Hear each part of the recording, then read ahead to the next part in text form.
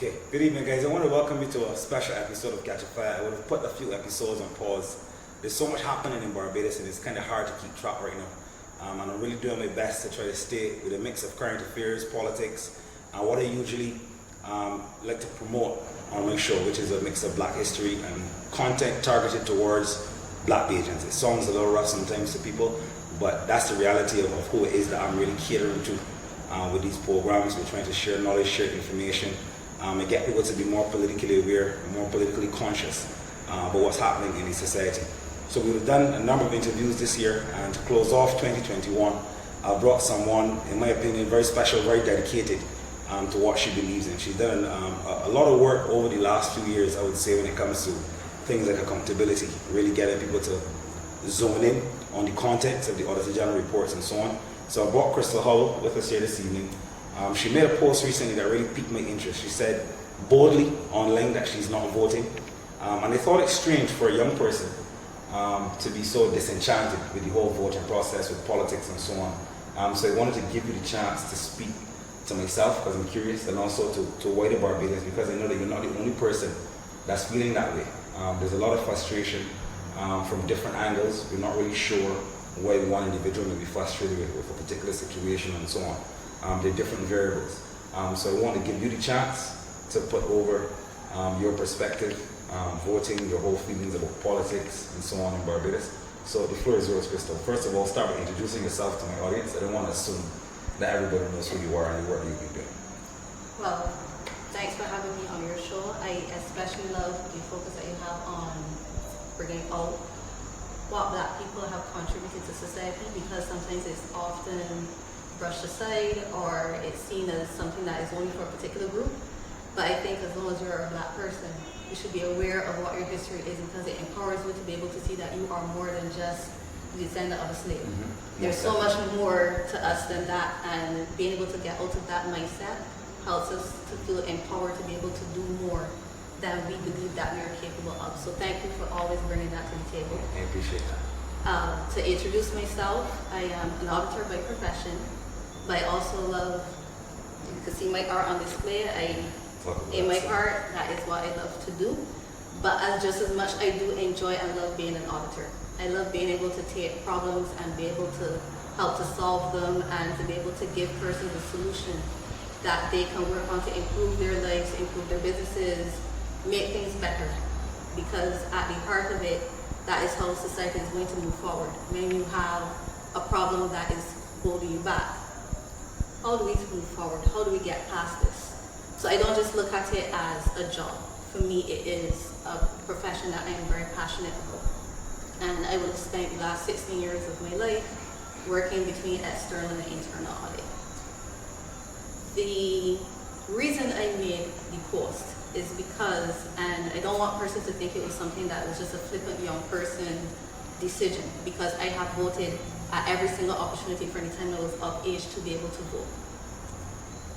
It has felt though, especially for the last few sessions, that you've been voting for the lesser of two evils, which is something that most Barbadians or persons in general are accustomed to. You're never completely happy, and you can never be completely happy with any party. You're just hoping that they have enough substance that you can get the majority of what you would like done, which is realistic. You can't expect anybody or any party or anything to be perfect.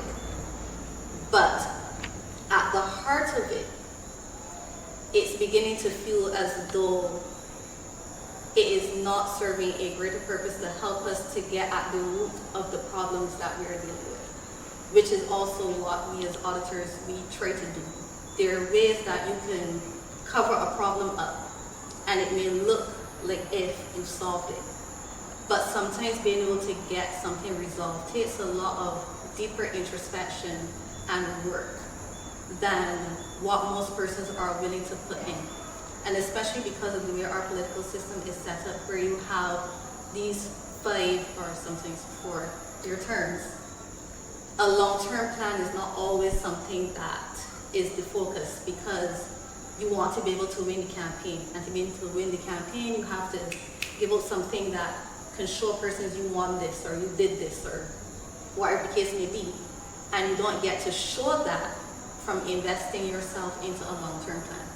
even though that there are other countries in the world that have 99-year plans and have been able to get all sides, regardless of who is in power, to agree, we're sticking to this. Right. Because we see the vision of what we need for this particular country to grow and to become a superpower. Right.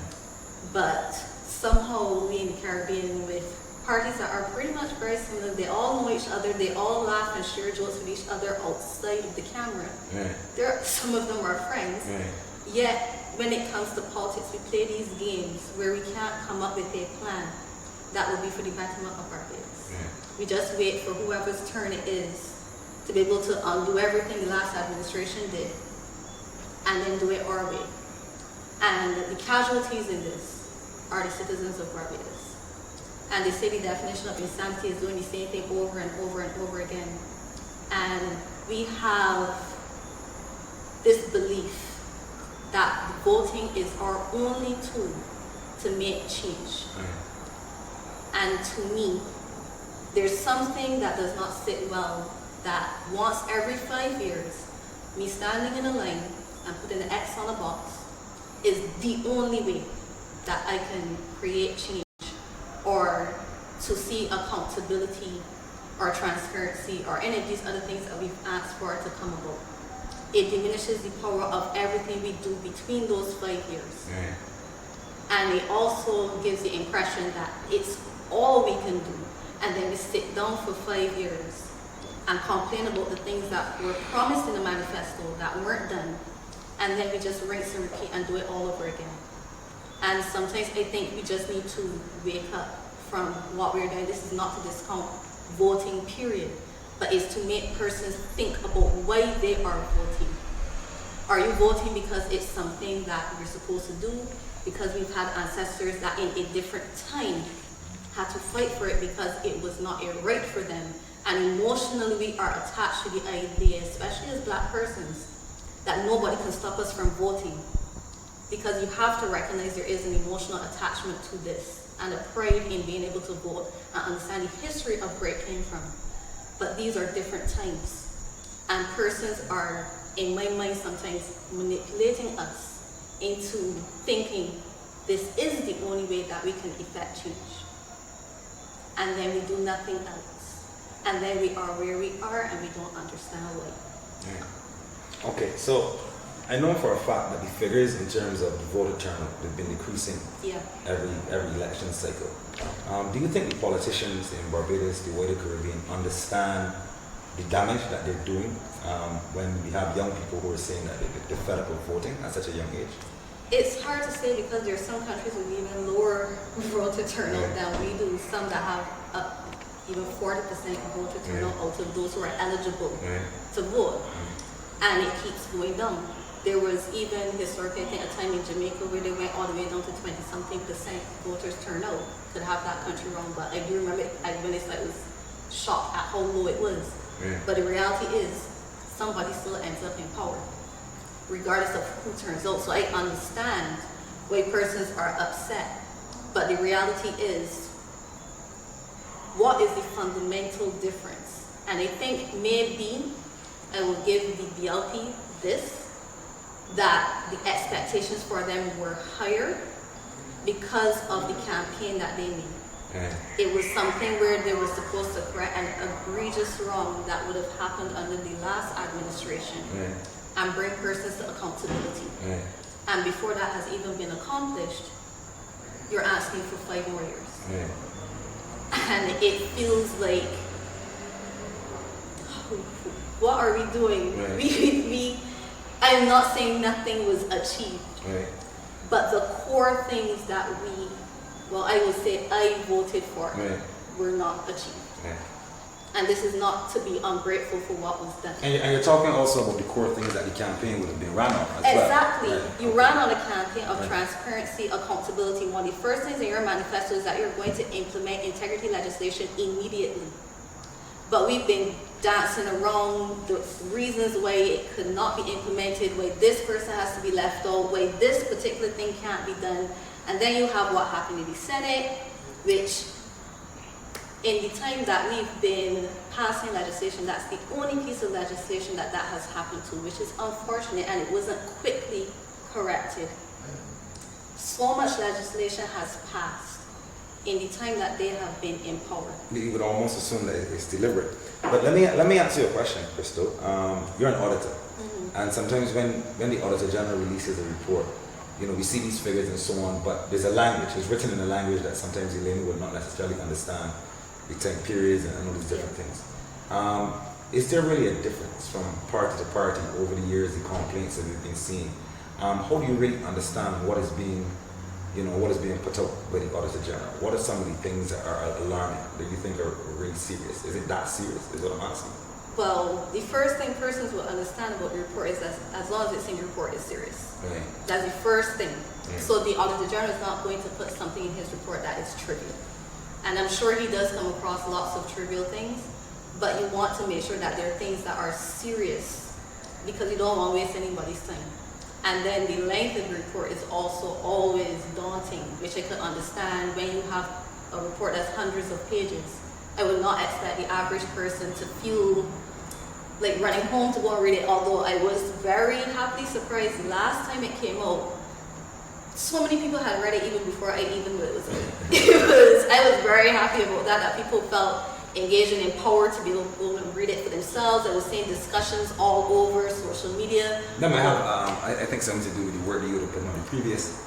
Whatever the reason is, I was just happy that people were able to read the report for themselves, digest it, and have a discussion. Yeah. But what has been, again, maybe we have more expectations for this administration than any other, but you have all these things coming out of the report. The General is doing his job, and the next step that is supposed to be taken to make sure that persons who did these things are held to account doesn't happen. You have the Public Accounts Committee that's supposed to take the things in this report, investigate them, and be able to say, you know what, we agree, you did this, so these are the consequences. Why has it taken years for one single issue from the report, one single, to not be resolved? Why is our system set up in a way that persons can do these things and absolutely nothing happens? But then, because money that's missing, it was supposed to go for a purpose. So it's not as though that purpose has disappeared.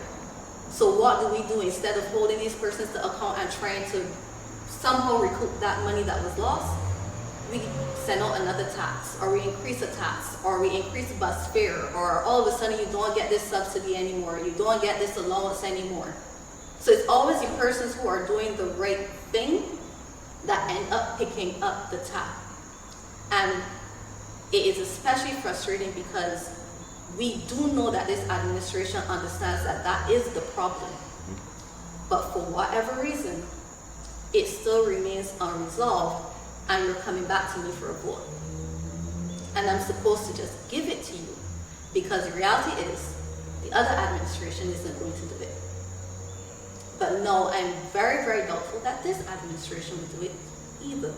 So if no one is going to make sure that we don't continue to keep punishing the persons who are doing the right thing, and we keep coming back to them with more taxes because we got to get things done, we ain't got the money, and these are legitimate concerns, but the way that you are going about trying to make that up just puts a strain on everybody else. Yeah. To the point where people have to be standing up in a line for 3 hours on the back 3 days so that they can go into a supermarket and hopefully get some of those savings because they need to do this to be able to get a little bit more money in their pockets. And those kind of things to me just feel wrong.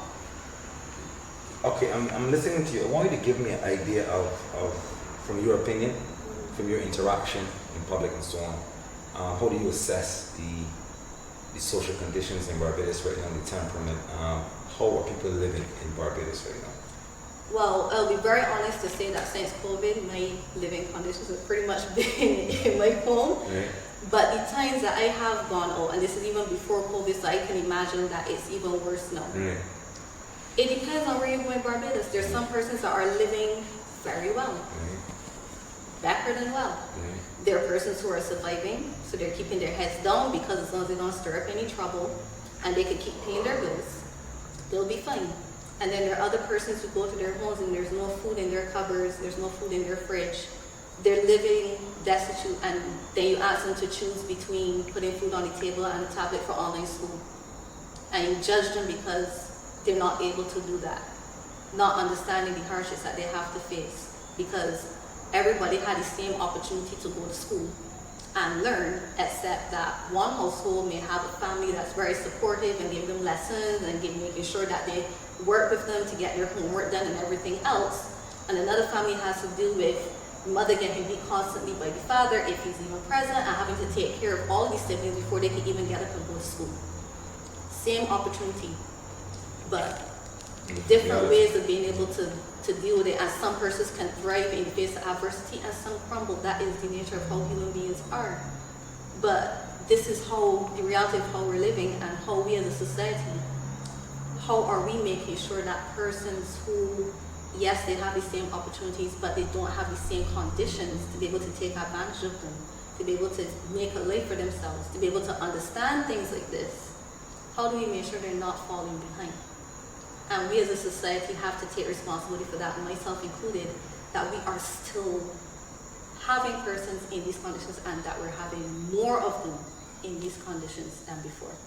How can we uplift the working class? How can we get the 90%, the majority of people in Barbados, Black Bajans, Afro Bajans, to see upward social mobility? How do we move towards a point where the majority of people in Barbados who make up the working force, the police, the nurses, the garbage men, the core of this society is made up of Black Barbadians, but yet we see a very small percentage of people maintaining, holding the wealth, being able to increase and grow at a rapid rate. How do we fix that? And is it something that can be fixed? Because obviously this is not something that's strictly to Barbados. This is a situation that we see no matter where you go in the world. It's going to be rich, it's going to be poor, it's going to be a middle class that's either growing or decreasing. So localize it for me. How do we uplift the working class Barbadian? What do we do? It's a multifaceted problem, unfortunately. But for me personally, the main way that we could deal with this, we talked about it being a small percentage that thrive. Isn't it a small percentage that goes to Harrison's Queens come here? And then we put in these other schools the mentality that because you didn't go to one of these top schools, you are a failure. At 11 years old, you give children the idea that they're a failure because they didn't do well at maths and English at 11 years old. And then we're surprised that they continue on with this mindset because it's reinforced sometimes at the schools that they go to. Because the teachers there are sometimes overwhelmed because they don't have enough resources. They don't even have enough teachers to help manage the classes that they have, even though these students need more resources than the others. And we know these problems and we still continue with it as it is. I remember when Jeff Blooms had mentioned that for children who did not pass the common entrance, they should at least be given an additional year so that you can bring their foundation up to the level where they can at least now start to try to gain the level of CSCs that they would be able to at least be able to start off in life on a footing where they don't feel as though they're left behind. The idea behind, and that's again why I'm probably extremely disappointed, the manifesto for the BLP addressed a lot of these things. And on paper, the plan is beautiful if it was executed in the way that it was envisioned. And this is not me discounting the pandemic, the ash, hurricane, everything else that we've had to deal with. But not every problem that we've had that was outlined in that manifesto that they would resolve is something that was prohibited by money or funding.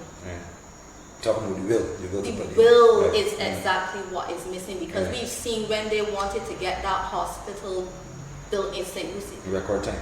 Record time. Yeah, I'm seriously. In spite of a pandemic, it got done. And when they want something to get done, it gets done. So then what does it say about the things that drag on or that aren't changed? And sometimes some of the priorities, I personally feel, and obviously everybody has a difference of opinion, our children should really focus. Because if we invest in our children, it is a long-term plan, but hopefully it's one that both parties can agree on. This is the most important way for our future to be able to be secured. That 80% of our population does not, at 11 years old, have in themselves a mindset that they are a failure. And then you come and see them as adults in society and you're surprised when they're afraid to speak out, afraid to be able to do more, afraid to do so many things because they already think that they're going to fail before they even start. So being able to change this mindset, I think would help. It's not something that would see immediate results. It's not something that a minister is going to get praised for at the next elections. But if you came into this and you really care, it's something you would be working towards. And I'm very grateful, especially that they've started to put black programs into the school more. I think that is critical. Extremely. But there is so much more that needs to be done, especially when it comes to the mental health and well-being of a lot of these students that are going through trauma at home. Because we need to get back to a society of not just thinking, oh, it's just the parents' responsibility, or the teachers are to blame, or the van culture, or any of these things. The village needs to come back to understand we all have a role to play in making sure that this child can fit into society and feel as though they can contribute in a meaningful way. Right. Okay, I want you to talk to me now about not just your art, but the issue of creativity. How important is it for any government to support the creative industry? I know we can know for sure that the NCF has done a lot of work in the last few years. As a cultural practitioner myself, I've been watching keenly the improvements at the NCF. There's a lot more work that can be done, but I must say I'm pretty impressed with what has been done recently at the NCF to boost culture and the arts and so on. From your perspective, this is, I suppose, part-time for you, but still very much a passion. Tell me about your art, tell me about creativity as a whole, as an income generator, and as something that we can really focus on the energy of our young people into a creative direction. How can that work? I think it's something that is, as you said, seen as a hobby for so many people. Even when you talk to established artists, many of their families will not have been supportive because it's not a career that is seen as something that can help them to elevate themselves out of poverty. This is understandable because historically, even if there are artists who've been able to do that, it's not enough to make you feel comfortable as opposed to other traditional areas where people will be able to see doctors, lawyers, the works, being able to live a particular lifestyle. And as a parent, you want the best for your child. But many times you don't ask what's going to help some person to be happy. And we live these lives where we're doing what we're supposed to do because we want to live this particular lifestyle we're told we're supposed to live. But we ignore the things that will help to make us fundamentally happy, and we're walking through life feeling mentally drained and not understanding why sometimes the passion is not there to enjoy life as much as we should. And particularly in the pandemic, because art is something we've always done off and on. But in the pandemic, when literally your house becomes your 24-hour place of abode because it's where you have to stay to be safe from the virus, it is difficult when you don't have that break in routine to be able to get through a day without thinking my entire day is now literally revolving around working and sleeping. That's it. You can't go anywhere, you can't do anything. It's difficult, and the art is what helped to break that very difficult period that I would have been going through.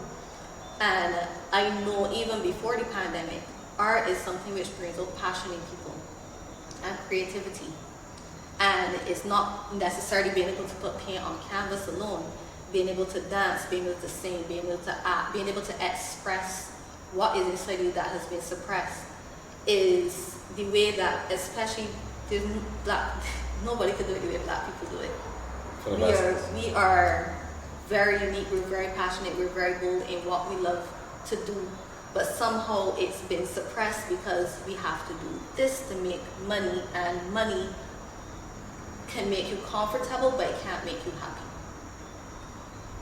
And the reality is, when you have persons who are mentally unhappy, they feel as though they can't go on, they feel depressed, and all of these other things, this contributes to the same lack of productivity in the workplace that so many people are trying to find all sorts of other ways to deal with, except recognizing that allowing persons to explore their creativity could be one of the ways that they can be able to help be their best selves.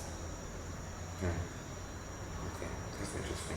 We're going to close now, and I want you to speak directly to young women in Barbados for me, regardless of class, creed, it doesn't matter.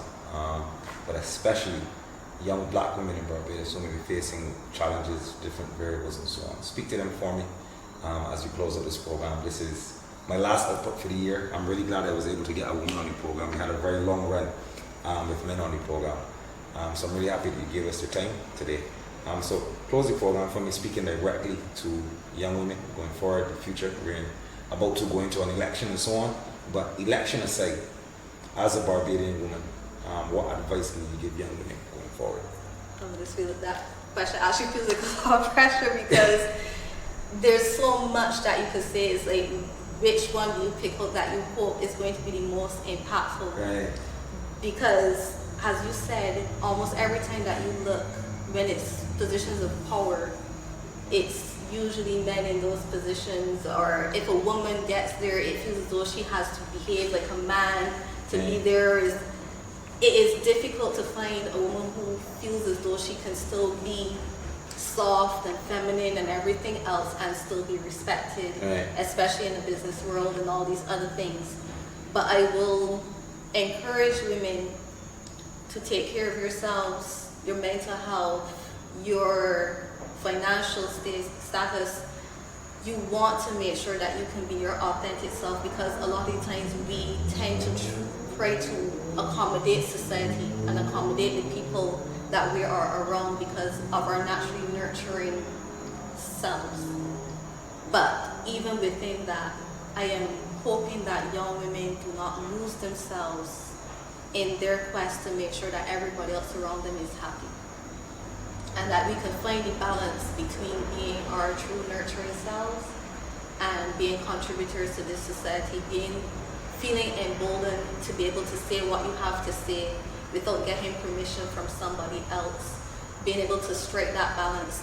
Because as somebody was telling me, a man could come on, you don't have to worry about how your hair looks, you don't have to worry about what clothes you're wearing, all these kind of things. Before a woman even opens her mouth, I have to make sure my hair is done a certain way, my face looks a certain way, my clothes look a certain way, because nobody's going to be listening to the words that come out of my mouth. The entire interview is going to be about how picky my hair to look and how bad the clothes I look, and it does not matter what I say. So we always have to make that extra effort just to be heard.